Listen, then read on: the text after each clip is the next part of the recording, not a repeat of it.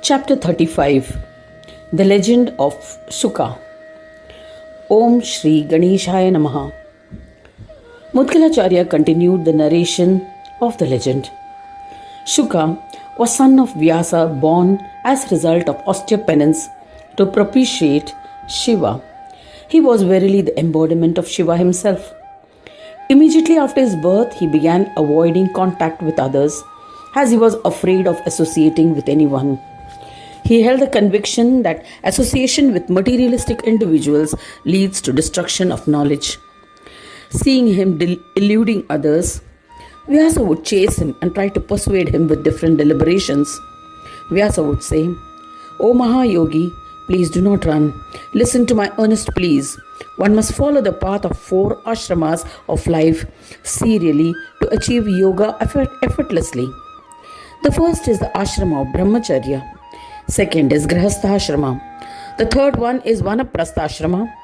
And the fourth is Sannyasa ashrama, where one can perform austerities reverentially. If one does not practice the same as a result of irrational thinking, he will fall from the practice of yoga or self-concentration. Once he is corrupt and has destroyed dharma, he will be deserving of hell. That is why, by following this path serially, you will be able to control your mind. In the end, you will become reverential to the Yogindras. There is no doubt about it. Do not forsake the difficult ashramas on the way with your thoughtlessness. As the mind is fickle, your downfall is certain."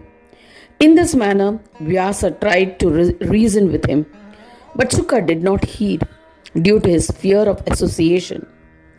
Vyasa eventually gave up his efforts and returned to his ashrama and meditated on Ganesha. He was worried about Suka's future. Just then, Brahmadeva arrived at the ashram of Vyasa. He paid his respects to Brahmadeva and told him about the behavior of Shuka. Brahmadeva consoled him, saying, "O Muni, do not worry about Shuka. He is an incarnation of Shambhu. He will never deviate from his path. There is no doubt about it." He performed the puja of Brahmadeva. Thereafter, Brahmadeva returned to his abode. His affirmations had made Vyasa happy. Suka fathomed that all that is eternal is endowed with Brahma. He located himself on the banks of the river Narmada and engaged in the practice of yoga. He followed the eightfold path of yoga sequentially as described in the Vedas and achieved the Samprajna Samadhi state, and the eminent yogi commenced the practice to attain the Asamprajnata Samadhi state. Lord Shankara resided in his heart and enlightened Shuka, son of Bhadrayana, Vyasa. Despite not being guided by a guru, he could continue his practice of yoga. Suka practiced yoga in a serial manner and ascended to the highest level of yoga. The 8 limbs of yoga are yama, restraints, oral disciplines or moral vows; niyama, positive duties or observances; asana, posture; pranayama, breathing techniques; pratyahara, sense withdrawal; dharana, focused concentration; dhyana, meditative absorption; and samadhi, bliss or enlightenment. Samadhi is of 2 kinds: Samprajnata Samadhi and Asamprajnata Samadhi. In this Samadhi, samskara are not destroyed. This is also known as Sahaja Samadhi because the seeds of the samskara are there in. Samprajnata Samadhi is the first step.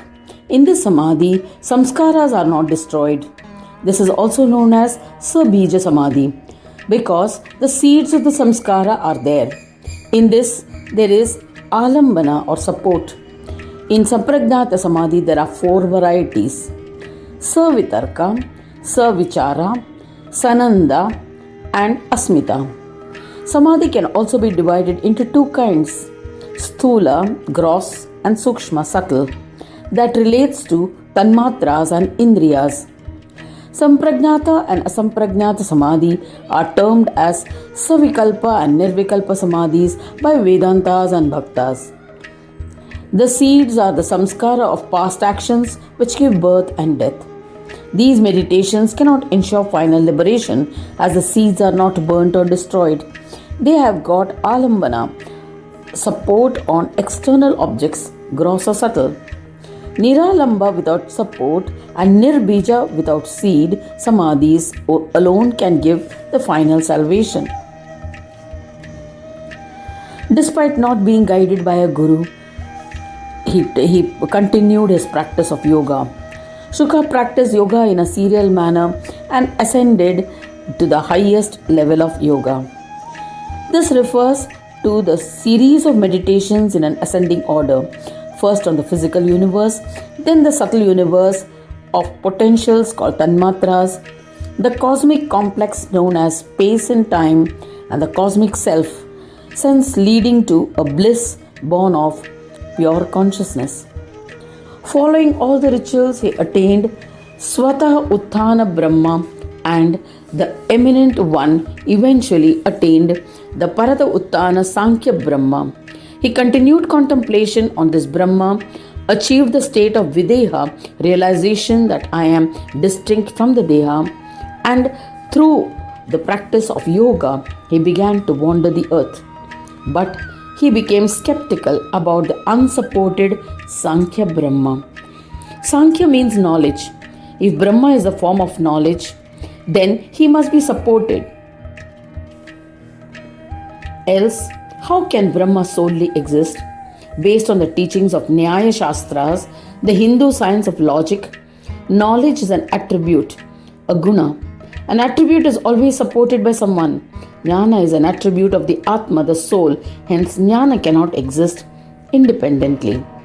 So the inquisitive Shuka Muni approached King Janaka in order to quell his doubts. Janaka convinced him that Sankhya is Videha, incorporeal, and can exist without the support of the Deha. Thus his doubts were clarified.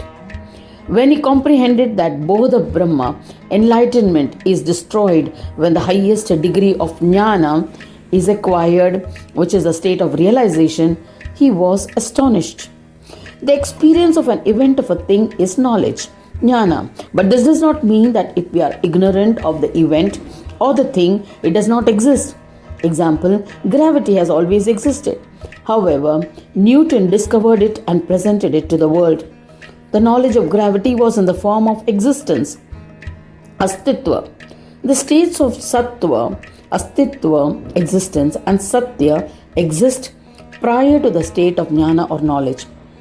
As a result of jnana, one experiences the existence or astitva. From this experience of existence or astitva comes happiness.